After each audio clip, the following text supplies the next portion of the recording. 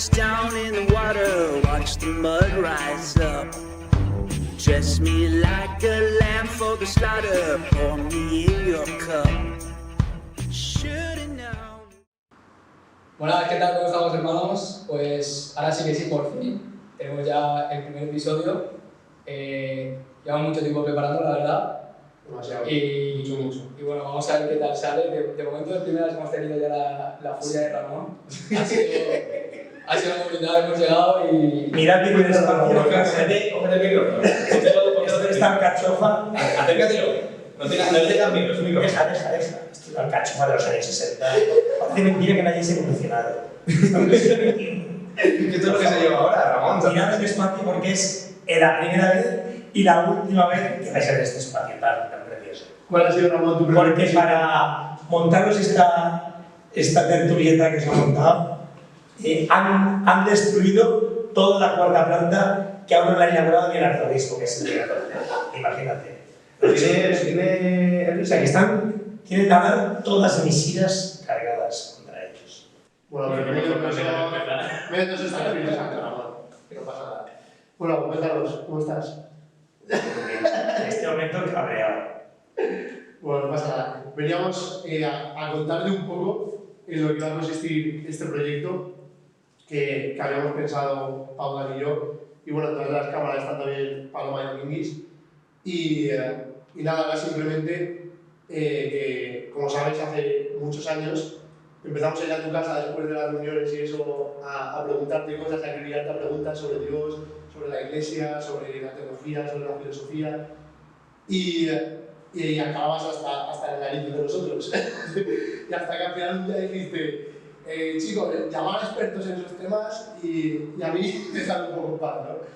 Entonces nada, eso de ahí nacen las razones, que era un grupo de jóvenes de aquí de la parroquia que empezamos a llamar expertos en diferentes temas.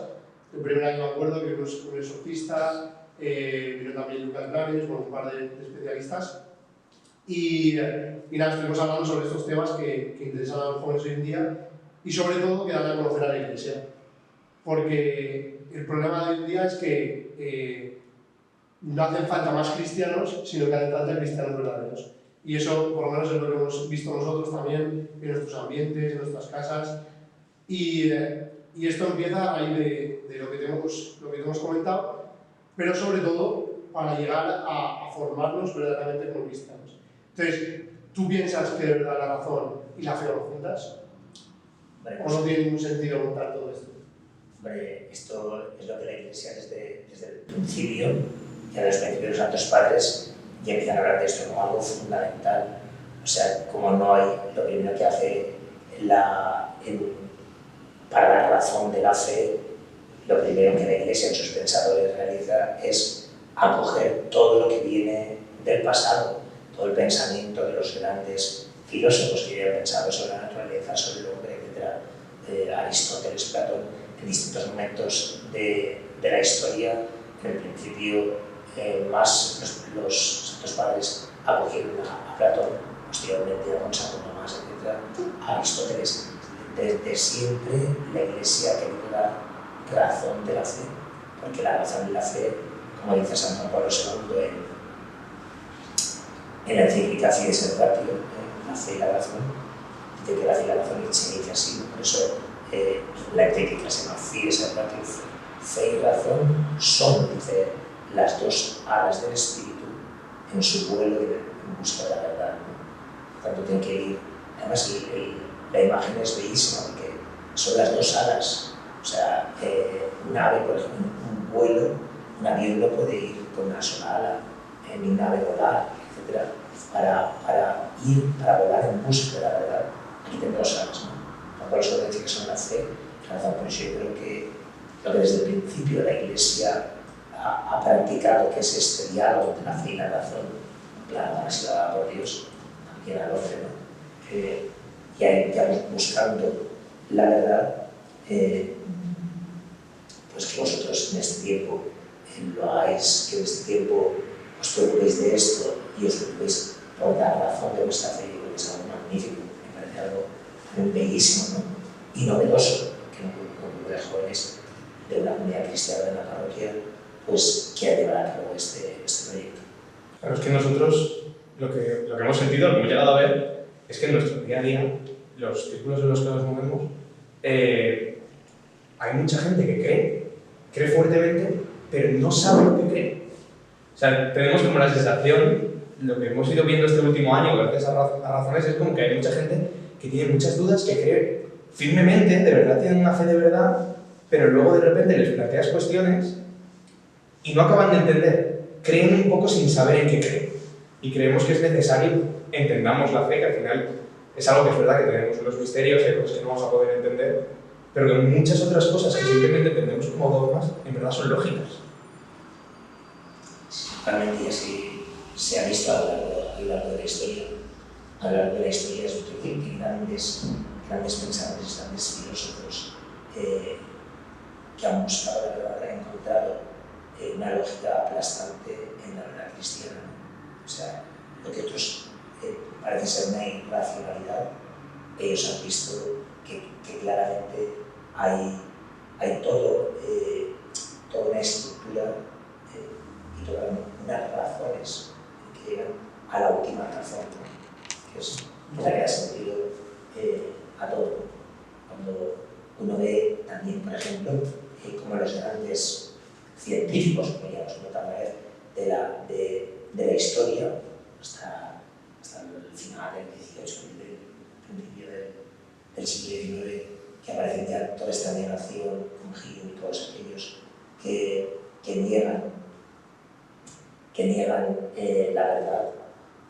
Hasta entonces, todos los científicos, todos los pensadores, todos han tenido de una forma u otra a la verdad como centro, o sea, la verdad objetiva. Entonces, ante todo ese subjetivismo que ya en la antigüedad aparece, ¿no? Y que cuando se muestra de un modo tan patente la verdad en Cristo, que da como sentido a todas las cosas y a todas las preguntas, va ponderando ese escepticismo a un lado, reaparece todo otra vez, ¿no? Con Gil, los pensadores, ya sabéis, lo habéis estado ya grabando sobre esto en algunas ocasiones, ¿no? Entonces, yo creo que es algo impresionante en darse cuenta como hoy en día más que nunca es necesario que se haga este diálogo. Comentabas antes, Ramón, que la encíclica del Papa San Juan Pablo II, Papa que si no me equivoco tú llegaste a conocer, ¿verdad? Sí. Claro. Pero ya porque soy mayor, hemos conocido todos. El otro día comentábamos que, claro, la influencia de Juan Pablo II para la sociedad de los 80, los 90, sobre todo en esas décadas, ha sido tremenda, porque el Papa se convirtió en un referente universal, es moral, no y espiritual. Es verdad que el Papa no quedaba así, solo se fue Juan Pablo II. Hasta entonces, el Papa no era un referente moral universal. Juan Pablo II, que ascendió, que ha sido después, con Benito XVI, y ahora el Papa Francisco, ¿no? Que si preguntáramos referente moral, se habla del Papa. Juan Pablo II, esto fueron tantísimos años, más de 25 años. ¿Cómo fue tu experiencia con él? En encontrarme con él. Exacto. Cuéntalo, va. Eso es una historia. Sí, a ti te encanta. Cuéntala, ¿cuál es? No lo sabía. Vamos a tener que no lo hemos escuchado nunca, por ahora. Yo no me acuerdo, sinceramente. Hombre, yo fui a Roma con 3 sacerdotes y 10 años después, el Papa vino a España, hizo un viaje que nunca, no sé si el de México fue tan, pero estuvo 10 o 12 días en España, visitó la mayoría de las ciudades. Cada ciudad fue para poder hablar o celebrar un tema, ¿no? Los jóvenes en Madrid y Barcelona, los enfermos, las personas consagradas. En Valencia fue los sacerdotes. Valencia fue la sede de la ordenación sacerdotal, por lo que dicen bastante de la historia de la Iglesia, ¿no? Se ordenaron 141 diáconos, se fueron a los sitios a muy pocos metros de aquí, en la Alameda. Y aquel día, yo creo que jovencito de 18 años, estaba en el servicio militar, nos dejaron salir, había habido una catástrofe en Valencia tremenda, había habido muertos, había habían reventado la empresa de autobús. Y esto hace un servicio militar, estábamos acuartelados en acuartelamientos en la Quevedo, en la Alameda, y pedí permiso de Hansen. Y aquel día, en aquella Eucaristía, en donde yo había vuelto hacia mi culto a la iglesia, con un amigo mío, etc., yo sentí la llamada del Señor y al ministerio. Entonces... O sea, ¿tú no estabas en la iglesia? Sí. Vamos, yo desde pequeño, en los años 70 y años 80, todo el mundo, vosotros que ya habéis conocido otra forma de vivir, donde los jóvenes, pues, si hay uno que practica la fe, los demás no la practican, ¿no? O sea, me imagino en un grupo, etc. Sí. Entonces, no normal, o sea, en la misa, etc. Pero mi familia nunca había tenido esa costumbre, etc. No sabía que se habían educado los valores que estaban, los valores cristianos, pero nunca había tenido una experiencia fuerte de fe. Y cuando yo había abandonado, vamos, no había tenido nunca la praxis, aunque no se había abandonado, sino nunca la había abandonado. Y por medio de un amigo mío que me habló, fue muy bonito, ¿no? Bueno, sería otro tema que podríamos hablar, pero lo importante fue que a mí aquel encuentro, que había dejado el noviazgo, que estaba llevando, o sea, estábamos con una chica, ¿no? Y hacía un encuentro, y yo sentí la llamada del Señor. ¿Cómo es la llamada? La llamada, y cada uno de una forma, y yo no sabía explicarlo. Yo llegué a casa y dije, Dios me llama a saber, yo creo. Pero eso es que hay muchos amigos de la universidad que me lo preguntan, que cuando digo, ostras, que me he encontrado con el Señor, quiero estar con La gente no acaba de comerse claro. ¿Cómo se lo explicas? Esto es una experiencia única, que yo no te las he explicado. Claro, o sea, no vas a Dios y te dice... Claro, yo no sé. Claro, es como o sea, si alguien te pregunta, pero ¿cómo te has hecho amigo de esta persona? No sé. O sea, no sé en qué momento de repente vas a saludarle por la calle y a pararme a hablar, no lo sé. En un momento que de repente... Claro, entonces, simplemente ahí fue... yo llegué y al poco tiempo, entonces fui a la parroquia, tal, un sacerdote, fue un tiempo muy bonito, varios años, porque hasta 10 años después entré al seminario. Bien, entonces 10 años después, a punto de ordenarme sacerdote, entonces diácono, tuve la oportunidad de ir a Roma, y un amigo nuestro que trabajaba en el Vaticano, aquí de Valencia, pues conocía a Monseñor Bilic, al secretario, y pudimos tener un encuentro con el Papa. Entonces estuvimos, pues, estos sacerdotes conmigo, o sea, yo con ellos, claro, y con el Papa. Estuvimos esperando y llegó el Papa. Y, claro, para nosotros para mí era inaudito ver al Papa contigo allí, no había aquel rostro que tanto, claro, el rostro más fotografiado de la historia. El rostro más fotografiado. La mano más pesada. Todo. Tiene todos los récords el Papa Juan Pablo II. Entonces, cuando le vi así, yo me quedé impresionado. O sea, era una presencia con una sonrisa que era una diva luz, esos ojos azules de mirada, que son muy de blanco, los ojos azules, me impresionó muchísimo. Y nada, esto él nos preguntó por dónde éramos, de Valencia, entonces se acordaba. El Papa, aquel entonces, porque entonces aún no hablaba muy bien español. Estamos hablando del año 87,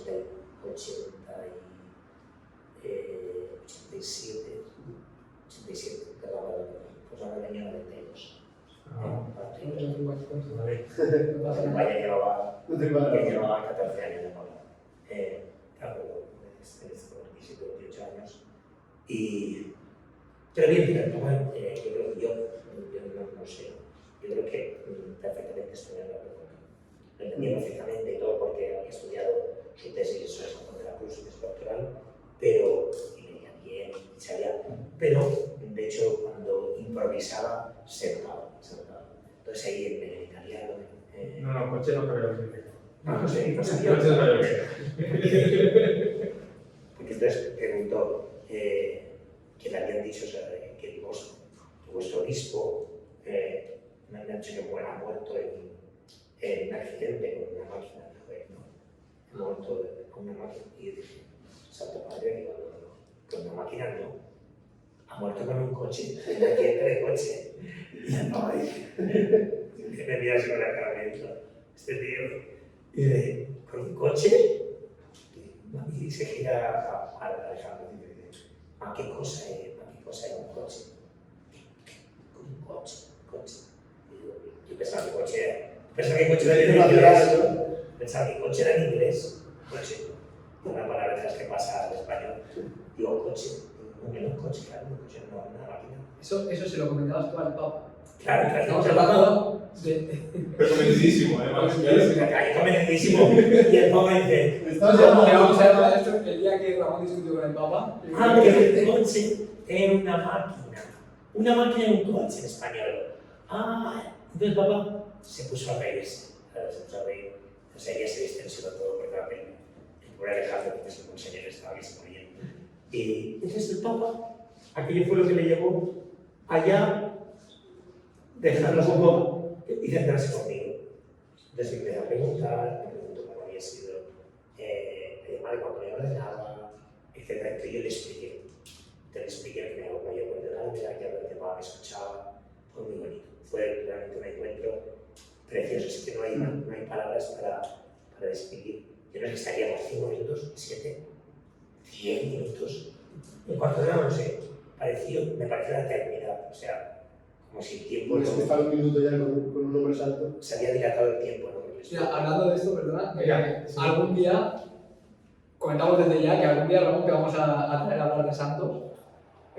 Igual hasta nos haces un ranking.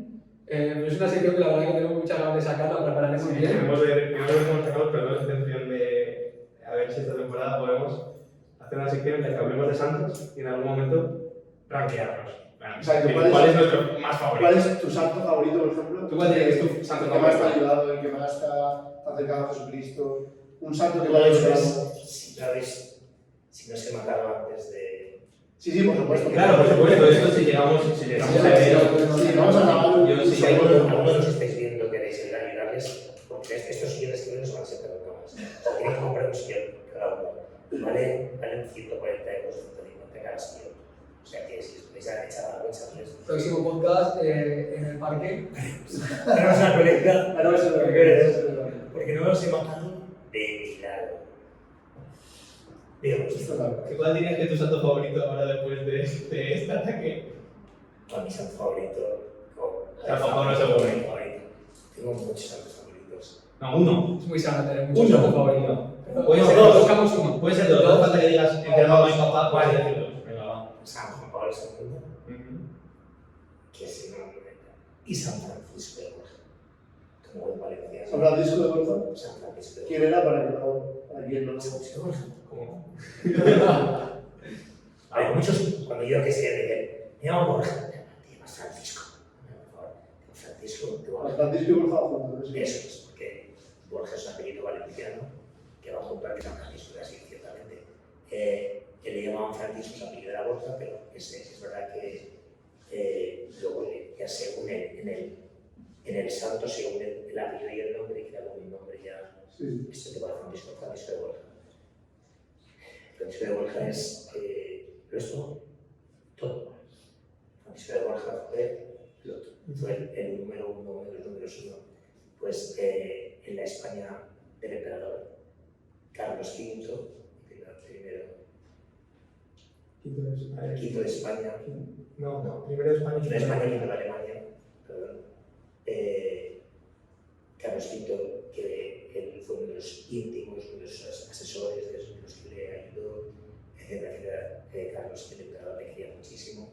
O sea, fue un número uno en el ranking en Europa, en las cortes europeas, etc. Estamos hablando de el siglo XVI. Y él nació en Gandía, su padre, el tercer duque de Gandía, el Francisco de Borja, pues tenía un prestigio internacional. Si lo tenía internacional, europeo, internacional, mundial, porque en aquel momento Sabéis que Sí, esto lo sé. España era la señora del mundo. Entonces, era conocido en todas partes, ¿no? Y pues se casa rápido. De hecho, número uno de las fuentes europeas, casado con Leonor de Castro, una impresionante portuguesa, y de la cual tuvo 9 hijos. Y siendo muy joven, pues con 30 y pocos años, ella muere, y él, que el emperador lo había 9 hijos también. sí, Tenemos otro podcast para hablar de la natalidad y la paternidad. sí, Muy pronto. Sí, no vas a avisar, ¿no? le había puesto como secretario personal, que hizo de la emperatriz Isabel, de su mujer, que la adoraba, pone a lo mejor su mejor asesor, su mejor secretario, su mejor compañero de vida, o sea, aquel que sabe que puede llegar a la emperatriz cerca de ella, y lo pone como su caballerizo. Y la verdad es que él, tras morir la emperatriz, aguardaría a Leonor, su esposa, tras morir la emperatriz y acompañar a su cadáver, que va a enterrarlo a Granada, al Panteón Real, y ver el cadáver ya después de los 10 años de la corte, hasta allí vería corrompido, se pronunció aquella frase, cuenta la historia, ¿no? Pues un poco la tradición, ¿no? que está pues, en tantas obras de arte manifestada. Era un cuadro de nuestra catedral que guardaría ese momento en el cual él dice: no volveré a ser el Señor, que se me pueda morir. Sí. Entonces él toma una decisión en el corazón. Poco después, San Ignacio de Loyola, que había iniciado aquella locura que era la compañía de Jesús, se había unido a otros locos como él y tenía la locura de predicar el Evangelio a las nuevas tierras que se habían descubierto. O sea que hace muy poco tiempo, 40 y 50 años, que se había descubierto el mundo, ¿no? Y él quería hacer un ejército del Papa para poder evangelizar todavía el nuevo mundo y tantos mundos que aún había por descubrir, que estaban entonces en aquel momento descubriéndose, perdiéndose, que había mucho más allá del Finisterre. Claro. Y no, la historia es sencillísima.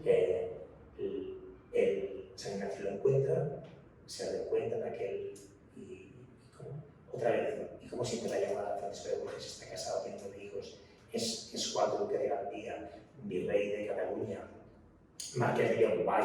Eso era algo para ser Leo Messi.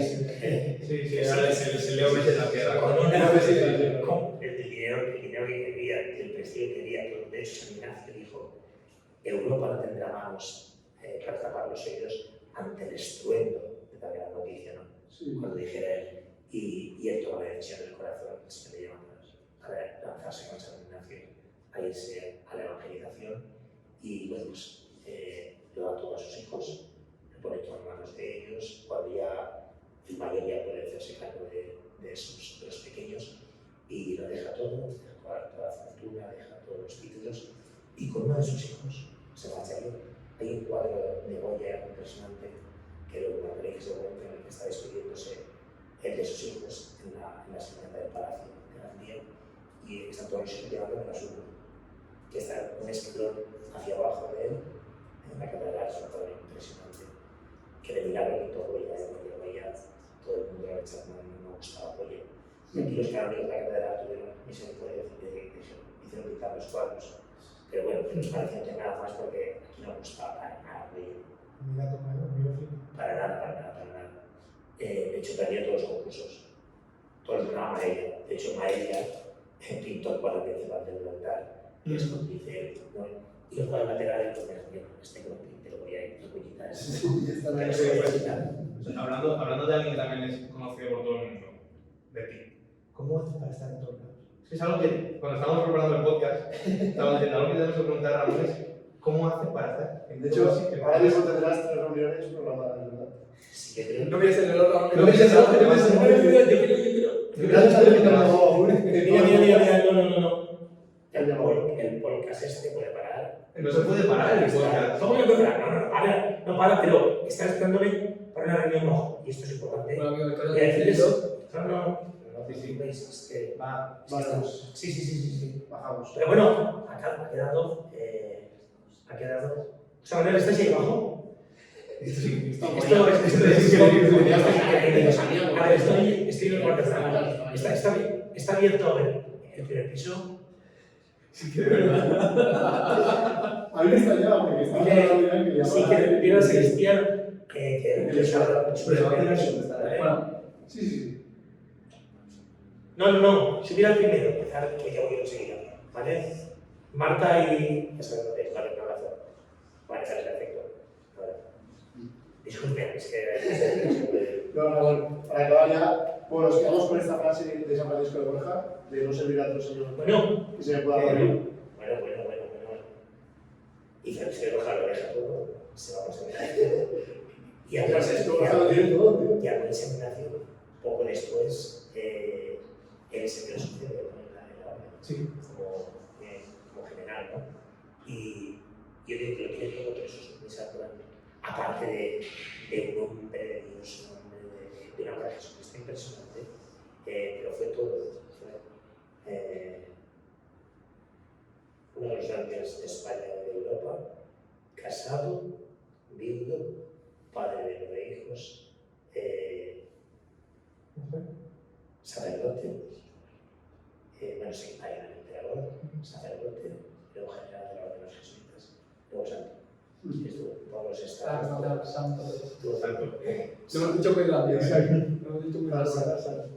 Ramón, ¿cuánto tiempo tenemos? Dínoslo. ¿Sí? ¿Cuánto tiempo tienes tú? Es que ya ves, Vale, pues me con esa llamada que... Pero tú decías... Pues yo quiero que me expliques, porque lo que no puedo hacer es que a cualquier sitio al que yo vaya, si menciono San Juan de la Ribera, me dicen, ¿a dónde, Ramonet? Todo el mundo te ubica. ¿Estás? Es un influencer en redes sociales. Exacto. ¿Cómo lo consigues? Mi carta de presentación, a ver, y para que no lo sepa, yo estoy estudiando teología en la Católica, y mi carta de presentación ha sido, vengo en nombre de Ramón. Ya está, no me he hecho falta decir nada más. Pero espérate, porque es que es el mayor influencer de Valencia, pero encima no tienes ni internet en el móvil, ¿verdad? No Pero me pasa a mirar, Ese es la parte atractiva. Pero ya me voy dando cuenta de que grandes hombres ya empiezan a dejarse el WhatsApp. Yo dije hoy un día, o nos ponen en una jaula, o seremos los pioneros de algo que un día irá la gente pagando para que le Es brutal que Ramón nos comente esto, porque de esto hablaremos también. Temas de redes sociales, bueno, nosotros somos los primeros que estamos en redes sociales, pero... Es normal, yo entiendo. Pero es verdad que es un tema que...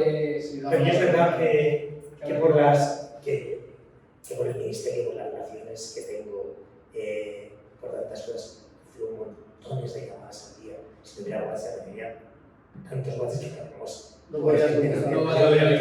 Estuvimos hace poco con Pablo Sánchez y le echaba la bronca todo el rato porque estaba todo el rato con el Claro, yo tengo grandes amigos sacerdotes que los veo que tienen una visión impresionante y que hacen una visión y los veo y yo me echo la mano a la cabeza y digo, pues, es que yo moriría, ya me dijo el médico. No. Fue el médico. El médico no pasa, ¿no? No va a ser el médico que me dijo. No. Yo te aconsejo encarecidamente. La gente que me quiere, la gente que me conoce, dice, no. Por supuesto, no tengas WhatsApp. Porque mucha gente, pero aún no te has puesto WhatsApp. Pero ¿cómo es posible? Pues posible que esta época moderna, digo, mira, yo soy de esos chapados a la antigua y ya está, ¿no? Mejor. Bueno, Ramón, pues para terminar ya así también dejamos un poco libre. Tú has estado en la cárcel, ¿verdad?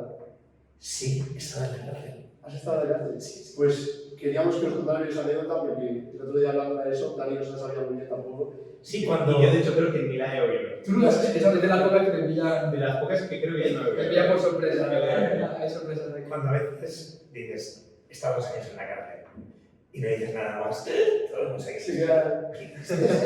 Pues sí, a morar, porque para tener la cárcel por lo menos hay que haber hecho algo. Sí, por bueno no entras a la No. 2 años no entras. Y estuve 2 años o 3 años. No sé, como un añito más, no menos en la cárcel. Bueno, la condena por el ¿Por qué fuiste? no fui porque me han condenado a nada. Exacto. Porque en la parroquia donde estaba de paro de la universidad había un grupo de pastoral penitenciaria y ya para el contenido iba a celebrar todos los sábados a misa, aparte de los capellanes que habíamos, que daban una ayuda también de voluntario, pero de como sacerdote. Y entonces yo estuve en esos años en el módulo número 1, que era el módulo antidroga, aunque había droga avanzada, pero era el módulo antidroga. Fíjate que no me sorprende. Era de aquellos que habían manifestado en la rehabilitación, ¿no? De hecho, había un proyecto, en este módulo, etc.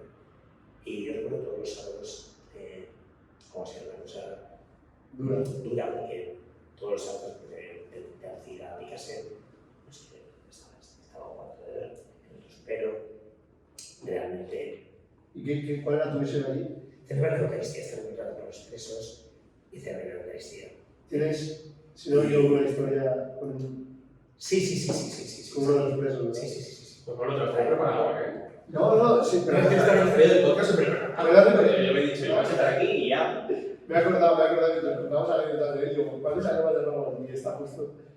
Bueno, la verdad es que estar con ellos, la Eucaristía fue impresionante, ¿no? Porque luego realmente contaba su historia, contaba todo lo que acontecía. Y por aquí entonces estaban, serían las catequesis del camino, luego en las circunstancias se dejó de hacer, ¿no? Del camino a la columna, y hablaremos de él. Sí, entonces salía de cada módulo para estas catequesis y había un chaval pues, que empezó catequesis para trapichear con la marihuana y tal. Y los primeros días, pues, por lo visto, se me contaron unos periodistas que lo veían, trapicheaba y tal. Y a la tercera o cuarto día que salieron, algo, lo que decimos del misterio de la palabra, una palabra, algo que decíamos antes, en la llamada, ¿cómo se puede usar su misterio? Y no hay eso. Y es igual que en la palabra, cuando la palabra de Dios sale ahí, una palabra que puede cambiar la historia. Hay palabras que han cambiado la historia, una sola palabra, ¿no? Y este chico escuchó una palabra, no sé qué palabra sería. Pero aquí para que dijo, alto, déjame esto, que hay algo le dijo el Señor. Y aquel día dice, no. Y al día siguiente ya se empezó a escuchar el modo. Y al siguiente, y fue escuchando las catequesis, y terminaron las catequesis, y iniciaron allí en la cárcel una pequeña comunidad, la cual pues, se reunían para celebrar la palabra de Dios todas las semanas, empezaron a escuchar y a escudriñar las escrituras para poder desde ahí ir conociendo a Jesucristo. Y este chico tanto le tocó el Señor el corazón que en la llamada a su esposa le dijo, busca esto, búscalo por Valencia y haz esta catequesis, ¿no? Y cuando salí de la cárcel, bueno, muy bonito, ¿no? Porque cuando ya le dieron ya la libertad, era un viernes y él pidió quedarse hasta el sábado. Y decía sentarle en la mesa. ¿En serio? Quiso ampliar todo. No, pero si quiero despedirme en la celebración de la Eucaristía, quiero despedirme de estos hermanos. Dice, ¿llamas hermanos a estos delincuentes? Dice, sí, que son mis hermanos. Y entre todo él dijo, mira, le dijo un policía, dice, lo que tú no sabes es que yo estaba en la cárcel, pero yo ya soy libre hace tiempo. Entonces sería un titular precioso, ¿no? En la cárcel, pero libres, ¿no? En la cárcel, pero libres. Estaba en la cárcel, pero libre ya. Sí. Porque la libertad al final, pues como cuando vas a ver a las monjas que están en las clausuras y te dicen, hermana, usted es la reja, la reja, estás tú. Que estoy aquí libremente. Sí, os decía, en la cárcel, pero libres, ¿no? Esta es la... Sí, vamos a ver muchas cosas porque pero es duro, es duro estar en esa, ver estos chicos que además la mayoría de las veces de ellas son víctimas del entorno social, víctimas de, si alguien podría decir, bueno, sí, pero yo conozco uno que tal, que fue teniendo una familia estupenda, si es una casa, pero la mayoría son víctimas, son chavales que se han quedado en la calle, etcétera. que no tenían una voz, nadie que les dijera ni que les orientara. Hay un misterio de iniquidad en medio del mundo, ¿no? Muy fuerte. Bueno, Ramón, pues muchísimas gracias por estar rato con nosotros. Te volveremos a traer. A mí me gustaría que para despedirte hicieras como haces en las completas y nos citaras la carta de Pedro. Por favor. Es muy grande. No nos olvidemos Se lo que merece, se lo el merece. clásico ánimo de Ramón, eso va a ser lo último. Eso va a ser lo último. Yo quiero pediros perdón por haber puesto un número, pero es que esto no te lo digo. No pasa nada, no sabes tocado. Bueno, yo creo que para Buscar cosas en buen lugar, hay que llegar todo, pero toda esta amalgama. subiremos igual a las historias de razones una foto de cómo está el panorama, para que la gente pueda contrastar con la historia que escucha de Ramón. Yo creo que cuando veáis la foto diréis, Y que se anime que opine si es verdad que ¿cuánta sí. razón tenía Ramón? De hecho, si estáis viendo esto el día que ha salido, día 1, De hecho, creo que en las historias podéis estar creo que el viendo. día 14, cuando venga el arzobispo aquí a hacer Se lo diremos. Que venga razones. Grabaremos. Ahora, luego le echo una llamada yo aquí. Sí. Lo veo. Bueno, Ramón, Pero pues, bueno. si quieres dar alguna última palabra de ánimo. Es que aquí es palabras que dice la apóstol San Pedro en su segunda carta, ¿no? Con las cuales terminaba, o sea, era la lectura que antes del concilio se habían un tercero completas, ¿no? Las completas. Sí. Y entonces en latín se decía esto, ¿no? ¿Cómo es? Fratres, sobri, estote et vigilate, qui adversarius vester diabolus, tan qual leo rugiens, ronda, Circuens. resiste firmes infide. Es que ellos dicen que en latín no pone circuens, y yo estoy, de hecho voy a coger luego a Vulgata para leer. Dice, es que tú dices, ¿cómo dices tú? La frase entera. Ronda circuens, cuerno de vuelta. Y ahí es donde todo tiene el problema en el ronda. Yo creo que es circuens. Otra palabra que ahora no caigo, con devore. Puede ser, pero A mí me suena que era cuaren. Bueno, puede pues, ser, porque yo esto tengo iniciado. Yo esto se lo voy a rezar a don Vicente Castañón sobre Vale, Entonces, Es que siempre tenemos esta cosa. El otro día también hubo alguien que lo dijo y yo tenía a Ramón cerca y le dije, es que no es así en latín, te lo inventas. Bueno, pero bueno, para los que no saben latín, o sea, nosotros tres justo sabemos, tenemos un doctorado en latín. sí. Pero porque además este verbo. para ellos no saben cómo es el castellano. Pablo se está tirando el rollo, pero yo tengo clase de latín. Vamos a ver, explicas eso del verbo circuens, ¿qué significa? Vale, Te argumentas en el cuerpo, Rondar. Sesión de diablo. Bueno, hermanos, pues nada. Bueno, que hay que estar siempre sobrios y alerta, porque vuestro enemigo, el diablo, como un león rugiente, ronda buscando a quien devorar. Vosotros resistid de firmes en la fe.